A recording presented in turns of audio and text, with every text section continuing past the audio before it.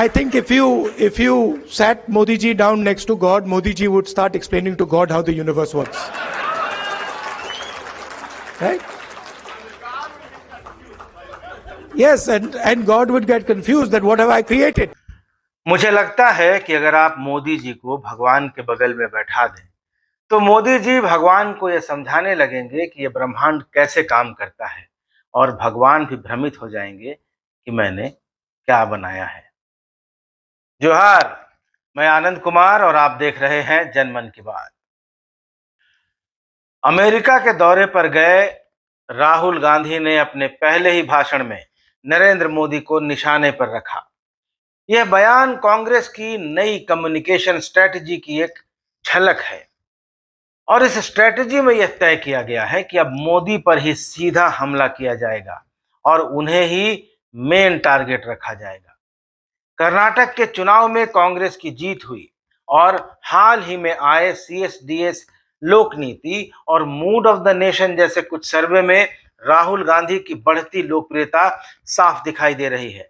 उन्हें अब ज्यादा सुना जा रहा है और इसी से वो आत्मविश्वास पैदा हुआ है जिसकी बदौलत अब राहुल गांधी प्रधानमंत्री नरेंद्र मोदी पर सीधे हमले कर रहे हैं, उन पर सवाल उठा रहे हैं।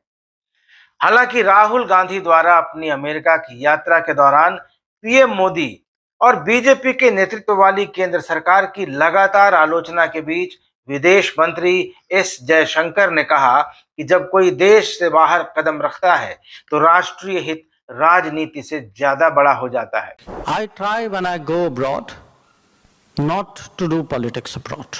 There are sometimes things bigger than politics. I think that's important to remember. Some people who go to the US say on some things. How do you react to what some people who go to the US say on some things?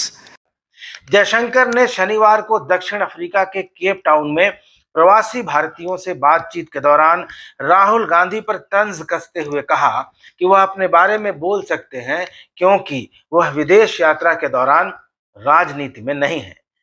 Jaishankar ने जोर देकर कहा कि लोकतांत्रिक संस्कृति में सामूहिक जिम्मेदारी और राष्ट्रीय हित होता है जो राजनीति से बड़ा होता है। उन्होंने कहा कि जब कोई विदेश जाता है तो इन बातों को याद रखने की जरूरत होती है। राहुल गांधी इस समय अमेरिका की यात्रा पर हैं। वहां पर वह कई कार्यक्रमों में हिस्सा ले रहे हैं और भाषण दे रहे हैं। राहुल गांधी ने पीएम मोदी को स्पेसिमेन बताया और विभिन्न मोर्चों पर केंद्र सरकार की नीतियों पर भी हमला किया। राहुल गांधी मोदी पर जो हमले कर रहे हैं वो अनायास ही नहीं है। 2014 और 2019 के लोकसभा चुनाव में करारी हार के बाद कांग्रेस ने बहुत एनालिसिस किया है, बहुत मंथन किया है। कांग्रेस के जो टॉप लीडर्स हैं, टॉप लीडरशिप का यह मानना है कि मोदी पर चाय वाला और नीच आदमी जैसे कमेंट्स करने से बीजेपी को इसका फायदा मिला है।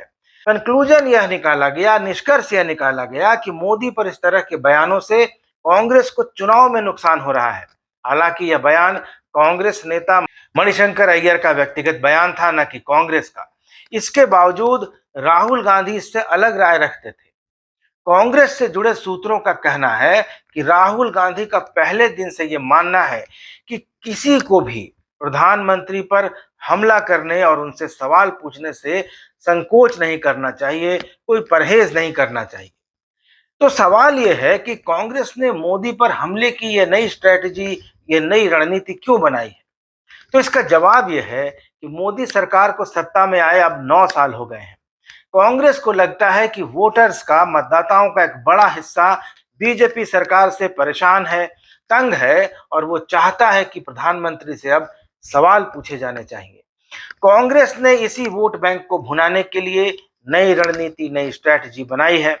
यानी कांग्रेस अब इस नैरेटिव को नहीं मानती है कि प्रधानमंत्री मोदी पर निजी हमला करने से, पर्सनल अटैक करने से कांग्रेस पार्टी को नुकसान होगा। पिछले महीने कर्नाटक के चुनाव हुए और उसमें जो जीत मिली कांग्रेस को, उस जीत से इस नैरेटिव को और बल मिला। तो फिर आप पूछेंगे कि नई स्ट्रेटजी के लिए कर्नाटक चुनाव मॉडल आखिर कैसे बना? तो इसका जवाब यह है कि कर्नाटक विधानसभा चुनाव के दौरान 27 अप्रैल को कांग्रेस अध्यक्ष मल्लिकार्जुन खड़गे ने कहा कि प्रधानमंत्री मोदी जहरीले सांप की तरह हैं। आप सोच सकते हैं कि यह जहर है या नहीं, लेकिन अगर आप इसे चाटते हैं तो आप मारे जाएंगे।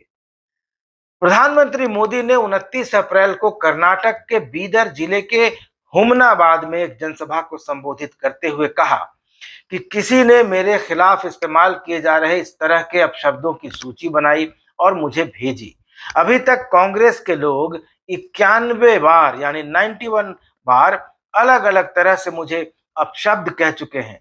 पिछले चुनाव में उन्होंने चौकीदार चोर है अभियान चलाया था, फिर उन्होंने कहा मोदी चोर है, फिर उन्होंने कहा कि ओबीसी समुदाय चोर है। प्रधानमंत्री मोदी ने खरगे के बयान को प्रतिष्ठा का मुद्दा बनाने की कोशिश की। इसके बाद प्रियंका गांधी ने 30 अप्रैल को प्रधानमंत्री नरेंद्र मोदी पर पलटवार किया। प्रियंका गांधी ने कहा कि मोदी जी को मेरे भाई से सीखना चाहिए। मेरा भाई कहता है कि मैं देश के लिए गाली तो क्या, गोली भी खाने को तैयार हूं। प्रधानमंत्री लिस्ट बनवाते हैं कि उन्हें 91 बार गालियां दी गई। इन लोगों ने मेरे परिवार को जितनी गालियां दी, इसकी लिस्ट बनवाएं तो पूरी किताब छपवानी पड़ेगी, ये प्रियंका गांधी का कहना था।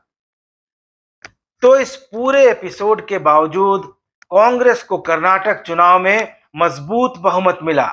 इससे भी कांग्रेस को आत्मविश्वास मिला कि मोदी पर सीधा हमला करके भी वह जीत सकती है, और अब वह इस फॉर्मूले को आने वाले चुनावों में आजमाना चाहती है। तो अब सवाल ये उठता है कि मोदी के खिलाफ जो अटैकिंग स्ट्रेटजी है, आक्रामक रणनीति है, उससे कांग्रेस को आखिर क्या हासिल होने वाला है। इस पर पॉलिटिकल एक्सपर्ट राशिद किदवई लिखते हैं कि कांग्रेस के अंदर यह अंतर्द्वंद काफी दिनों से चल रहा था कि प्रधानमंत्री मोदी पर सीधा हमला करना चाहिए या नहीं, लेकिन इसके बीच में दो राजनीतिक घटनाएं हुई, बड़ी राजनीतिक घटनाएं हुई। पहला 2022 में हिमाचल विधानसभा चुनाव के दौरान मोदी ने कहा कि आप कैंडिडेट को मत देखिए, आप मेरे लिए वोट कीजिए। जनता ने वहां पर बीजेपी को नकार दिया, और 2023 के कर्नाटक चुनाव में भी मोदी की प्रतिष्ठा का मुद्दा काम नहीं आया। तो ये पहली बात। दूसरी बात ये कि एक बयान की वजह से राहुल गांधी को 2 साल की सजा हुई और उनकी संसद सदस्यता चली गई। सरकार ने भी उनको कोई रियायत नहीं दी। आनन फानन में उनकी सदस्यता को निलंबित करने वाला आदेश जारी हो गया और बंगला खाली करने का नोटिस भी थमा दिया गया।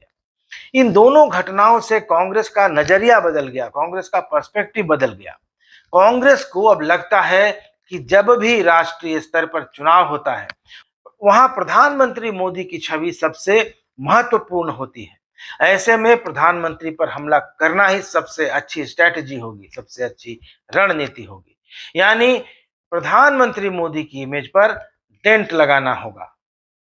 और ऐसा भी नहीं है कि राहुल गांधी को गुस्सा आया और मोदी की आलोचना करने लगे, ये स्ट्रेटजी नहीं है। कांग्रेस चाहती है कि राहुल गांधी अब जो भी बोल रहे हैं उसमें निरंतरता दिखाई दे, कॉन्टिन्यूटी दिखाई दे, यानी एक के बाद जो एक हमले वो करेंगे उसमें कॉन्टिन्यूटी होनी चाहिए। और इसी रणनीति के तहत राहुल अब मोदी की आलोचना के साथ मोदी सरकार की विदेश नीति, अर्थनीति और जिस तरह से वह लोकतंत्र को चला रहे हैं उसकी आलोचना कर रहे हैं। राहुल गांधी की आलोचना का अब असर भी दिखाई दे रहा है। राहुल गांधी की बात को लोग अब पहले के मुकाबले ज्यादा गंभीरता से सुन रहे हैं। इसकी वजह यह है कि अब राहुल की आलोचनाओं में दम नजर आता है। राहुल अब थोड़े गंभीर भी नजर आते हैं। देखा जाए तो बीजेपी भी राहुल गांधी का मजाक उड़ाने के लिए एक खास रणनीति के तहत ऐसा करती है, जिसके तहत उनके ऐसे ऐसे वीडियो दिखाए जाते हैं कि उनका मजाक बने, उपहास के पात्र बने, और ऐसा ही करके उनको बीजेपी ने पप्पू भी साबित किया था। तो राहुल गांधी अब अडानी के मसले पर मोदी पर आरोप लगा रहे हैं, उनको भ्रष्ट बता रहे हैं। मोदी पलटवार करते हुए कह रहे हैं कि कांग्रेस की 80% सरकार भ्रष्ट थी। हाल ही में राजस्थान की रैली में उन्होंने यह बात कही है।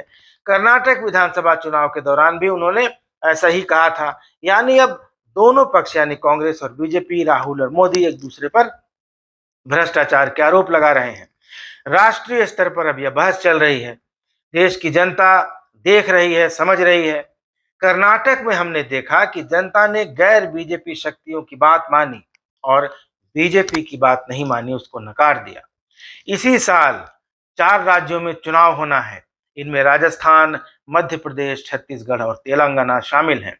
अब आगे यह देखना दिलचस्प होगा कि इन चारों जगहों पर कांग्रेस और राहुल गांधी की इस नई रणनीति का क्या असर होता है। ये वीडियो कैसा लगा कमेंट करके बताइएगा। चैनल को जरूर सब्सक्राइब कर लीजिएगा। मिलेंगे अगले वीडियो में, तब तक इजाजत दीजिए। धन्यवाद। नमस्कार।